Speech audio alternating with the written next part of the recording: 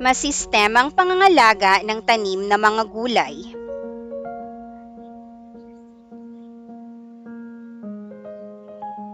Patutunayan sa araling ito kung paano maisasagawa ang masistemang pangangalaga ng tanim na mga gulay. Nahahati sa tatlong masistemang pangangalaga ang tanim na gulay tulad ng pagdidilig, pagbubungkal, at paglalagay ng organikong abono.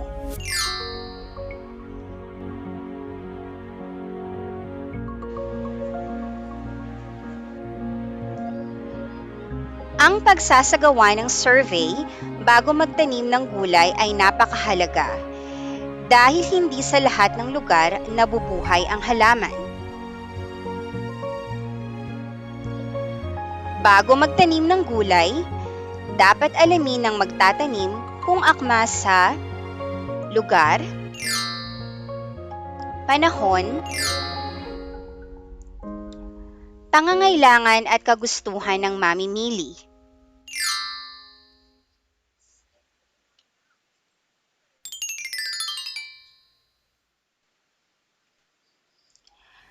Mga kahalagahan ng pagbubungkal ng lupa. Una, madaling dadami ang ugat ng tanim. Pangalawa, madaling mararating ng tubig ang mga ugat. Higit na malusog ang halaman kapag maraming ugat. At pangatlo, maluwag na makakapasok ang hangin sa halaman.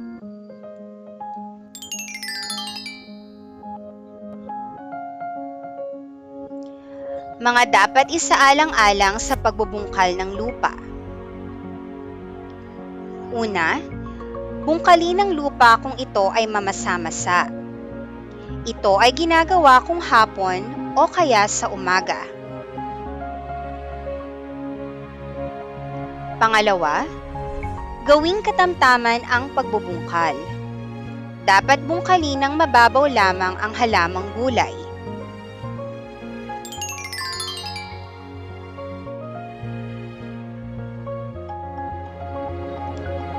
Mga dapat isaalang-alang sa pagdidilig ng halaman.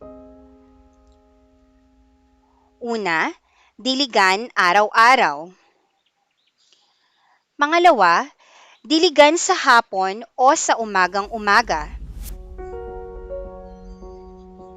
Pangatlo, ingatan ang pagdidilig upang hindi mapinsala ang halamang didiligan. Pang-apat, iwasang malunod ang halaman, lalo na yoong mga bagong lipat na punla.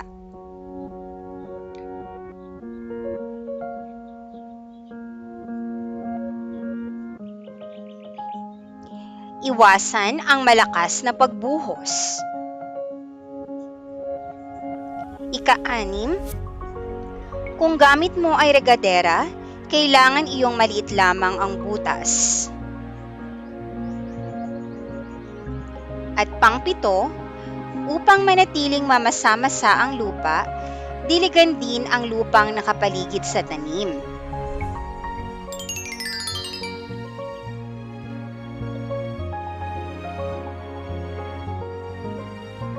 Paglalagay ng abono. Ang pataba ay maaaring ilagay bago magtanim, habang nagtatanim o pagkatapos magtanim. Ngunit ang pinakamagandang paglalagay ng pataba ay habang maliit pa ang tanim bago ito mamunga. Sa panahong ito, kailangan ng tanim ang sustansya ng lupa.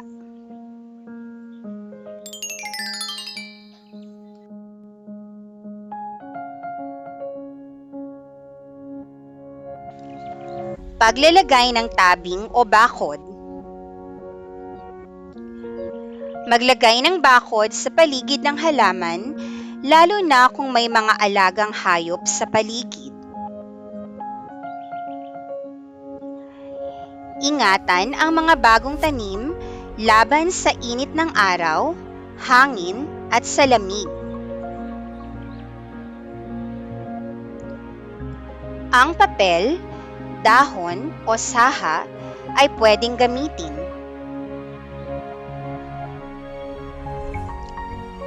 Huwag pabayaan ang mga ito na nakatakip sa halaman kung hindi na kailangan.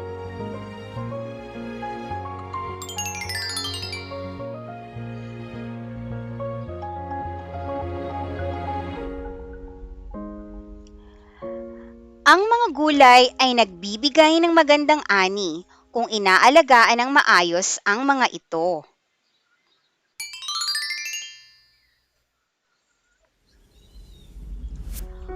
Upang ang halaman ay mabuhay, lumago at maging malusog, kailangang maisagawa ang masistemang pangangalaga ng tanim.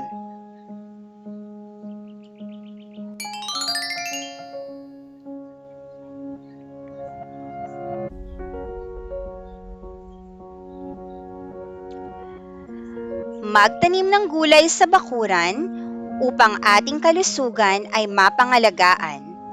Pagkaing sapat at masustansya ay abot kamay mo na.